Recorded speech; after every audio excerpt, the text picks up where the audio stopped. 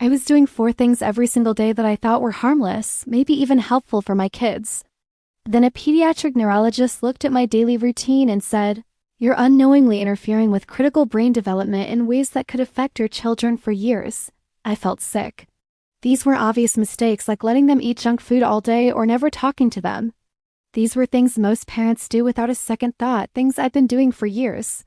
Once she explained what was happening in my children's brains, I made changes immediately.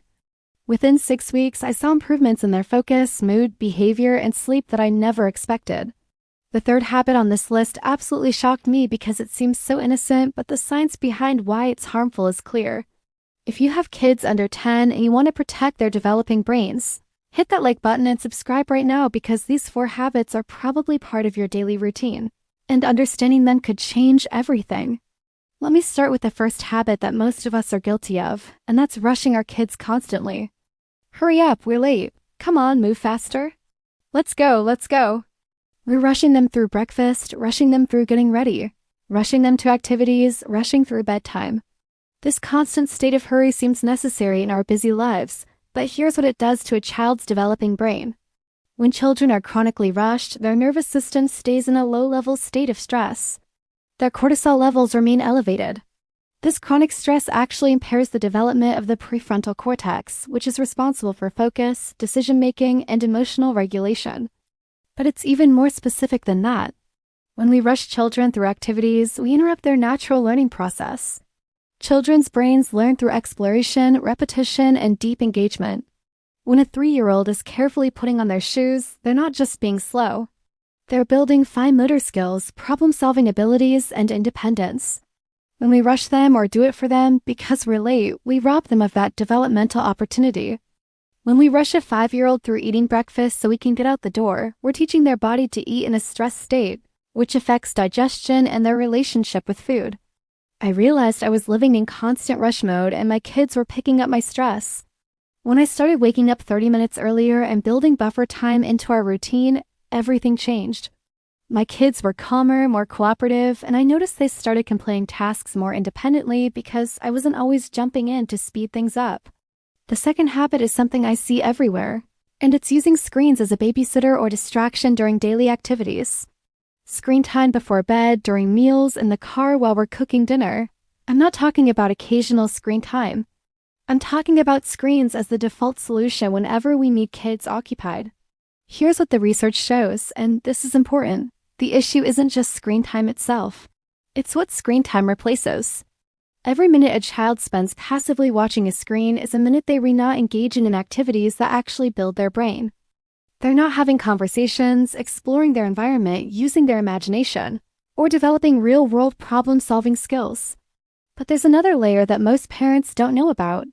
The blue light from screens suppresses melatonin production, which disrupts sleep.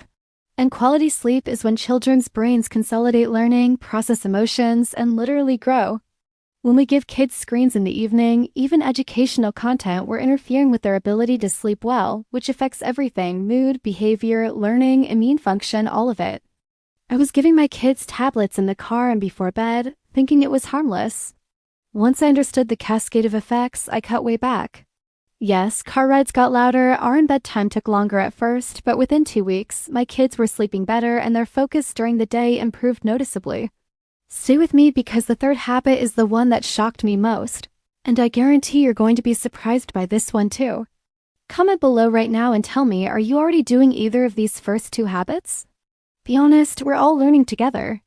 The third habit, and this is the shocking one, is overscheduling and not allowing enough free, unstructured time. This seems counterintuitive because we think we're being good parents by giving our kids opportunities: soccer, piano, tutoring, art class, and enrichment programs. But here's what neuroscience tells us. Children's brains need unstructured time, what researchers call open time, to develop creativity, executive function, and emotional regulation. When every hour is scheduled and structured, children don't learn to entertain themselves, make their own choices, or regulate their own emotions and energy. The shocking part is what happens during unstructured play that can't happen during organized activities. When a child is bored and has to figure out what to do with themselves, their brain is actively building problem-solving skills and creativity. When a child plays imaginatively, they're developing abstract thinking and emotional processing. When children play with others without adult direction, they're learning negotiation, conflict resolution, and social skills that structured activities don't teach. I had my kids in 5 different activities, and I thought I was giving them advantages. What I was actually doing was preventing their brains from developing the skills that come from downtime and free play.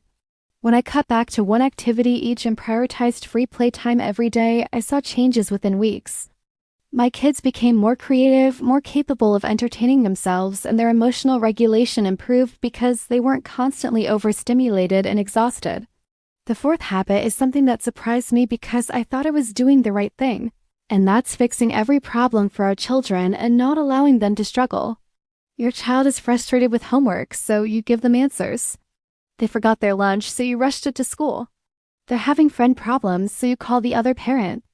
Every time we jump in to fix, solve, or rescue, we're preventing their brain from building resilience and problem-solving capacity. Here's the neuroscience behind this. When children face age-appropriate challenges and work through them, even if they fail initially, their brain releases dopamine when they finally succeed. This creates neural pathways associated with persistence and self-efficacy, the belief that I can handle difficult things.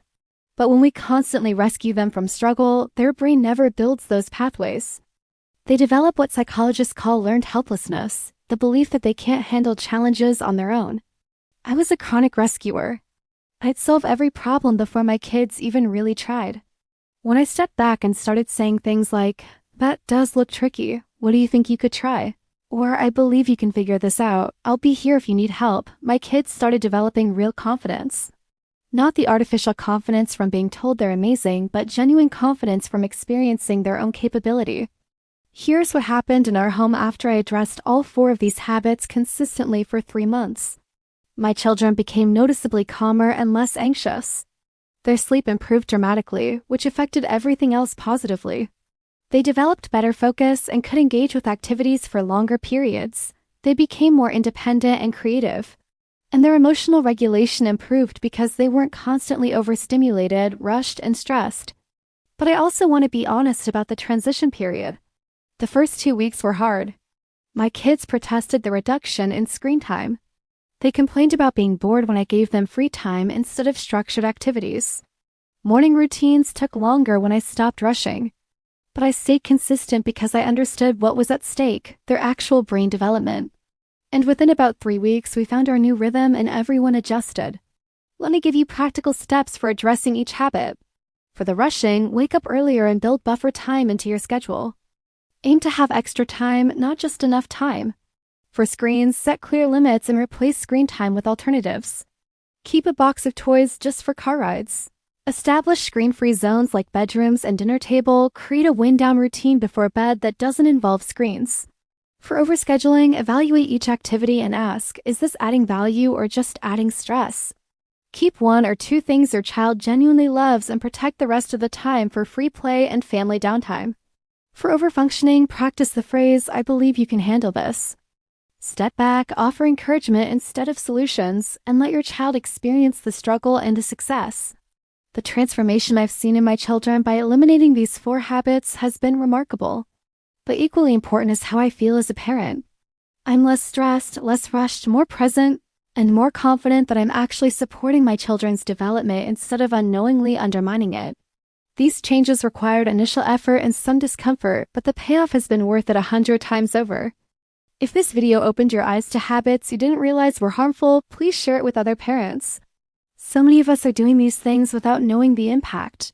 Drop a comment and tell me which habits surprised you most, or if you're already making changes in any of these areas, share your experience. I love hearing real stories from real parents. And make sure you resubscribe because we're recreating a community of parents who understand child development and make choices based on science, not just cultural norms or convenience. Thank you for being here and for caring enough about your children's brain development to watch this whole video and consider making changes. Small shifts in daily habits create massive impacts over time.